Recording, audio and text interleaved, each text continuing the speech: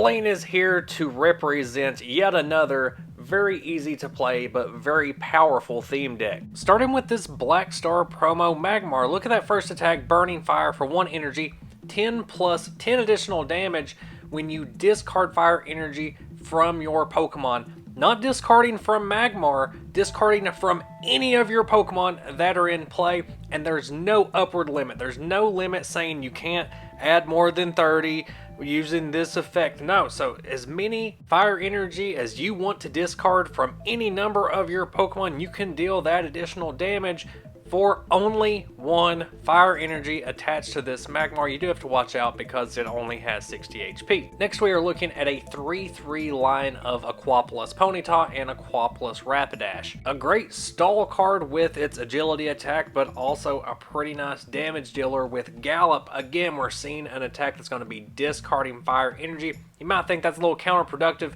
to Magmar that we already looked at, since you want to keep fire energy on your Pokemon, but we have plenty of ways of getting those fire energy back. And you're really only going to be using these fire energy discarding attacks when you know it's going to get you the KO. Like with Rapidash, you're going to be using agility a couple of times before you build up to a full Gallop. Now we're moving on to Legendary Collection Growlithe, 3 of those that are going to evolve up into Sky Ridge Arcanine. This boy is going to be your late game sweeper. When you evolve up into it, you can use Energy Recharge. You flip 3 coins for each heads. You take a fire energy from your discard and attach to this Arcanine. 3 fire energy would be great because you can instantly power it up and use White Flames, which is going to deal 70 damage. You're not always going to be able to accelerate all 3 energy, but hopefully you are accelerating at least 1 or 2, which is going to be enough to get that attack off after you've already attached an energy to the Growlithe and then evolved up. This Arcanine even has a really great gusting attack for only 1 energy, which can be another way to either stall your opponent or at least make them waste some resources in getting an attacking Pokemon back into play. So similar to Rapidash, you have an initial attack that's just meant to disrupt and stall a little bit so you can get more energy onto the field, and then a follow-up big fiery attack that's going to have you discarding energy that you can get back with subsequent evolutions up into other Arcanines. For our search and draw, we've got a bunch of the usual suspects, a full playset of Pokemon Fan Club to search out those Ponyta, Growlithe, and Magmars, just depending on the needs of your current game state. Copycat, just to take advantage of your opponent drawing their hand full. And if you need to draw your hand full before your opponent, there's a full playset of Bill in here.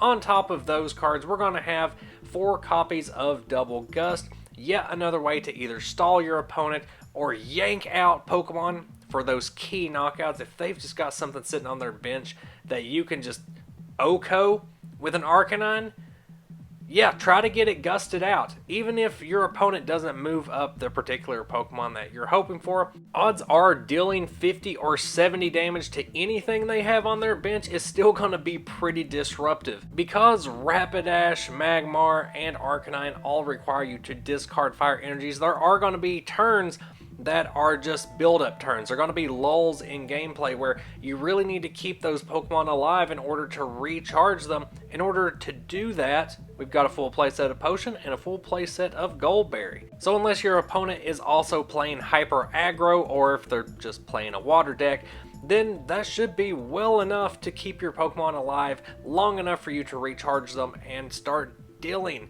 those massive amounts of damage over and over again, though it will take time in between. A couple of copies of Strength Charm just to make sure that you are landing those specific OHKOs when you need them. You don't want to be dealing 70 damage to a Pokemon that has 80 HP and then having to discard all of those energy and then recharge another Pokemon or just sacrifice your active Arcanine. You want to be able to deal that extra bit of damage and get that OHKO just to move the game forward in your favor. 2 copies of Fisherman are going to allow you to recycle a lot of these fire energy that you're going to be discarding. Town Volunteers can also help with that, though Town Volunteers can also get key Pokemon out of your discard and back into your deck. The great thing about Fisherman, though, is that it's putting those basic energy cards right back into your hand, so it's not weighing down your deck and making you slog through more draws to get to what you need. You just already have those energy in hand, so your draws are going to be more likely to be cards that you need in hand, like a tool card, a potion, double gust, Pokemon.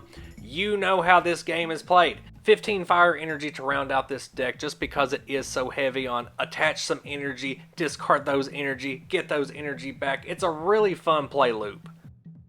The alternative Magmar are pretty boring. There's not a whole lot of points of interest about them or really anything fun you can do with them. Meanwhile, all three of the alternative Rapidash are pretty interesting in their own individual ways and are decently usable cards. They've always been pretty mid in these bigger formats, but in a theme deck format, I could see any of these Rapidash slotting in. The other Arcanines are also powerhouses, dealing out giant damage for having a bunch of fire energy attached, but they don't offer the same swift kick in the pants that Skyridge one does.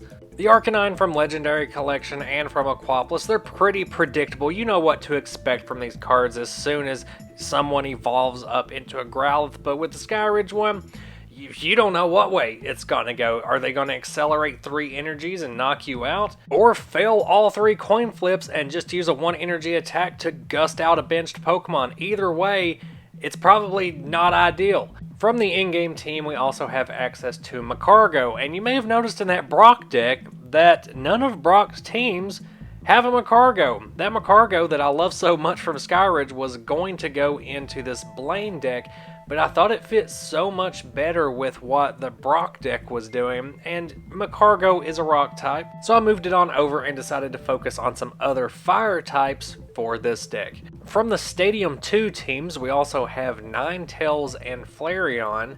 LC Ninetales is another powerhouse, but it takes a little bit too much work to actually get all the energy on here and actually make it worth it for an 80 HP stage 1. Light Ninetales is a more efficient damage dealer and actually has a little bit more HP to back it up. But I think the best and most fun of the Ninetales to play are the E-Reader ones. But I had already paired Ninetales and Rapidash for an E-card deck, so I didn't really just want to repeat another version of that deck. If you do want to check it out, I'll go ahead and pop it up on the screen right now. And unfortunately, Flareon doesn't have very much on offer here for Neo On. We've already discussed Arcanine, and it's not really worth discussing Moltres just because those legendary bird cards are just not usable in a theme deck format. You really have to build around them in order to make them usable, so if you want to look up Moltres, I'll let you do it on your own time. I won't make you look at it on the screen.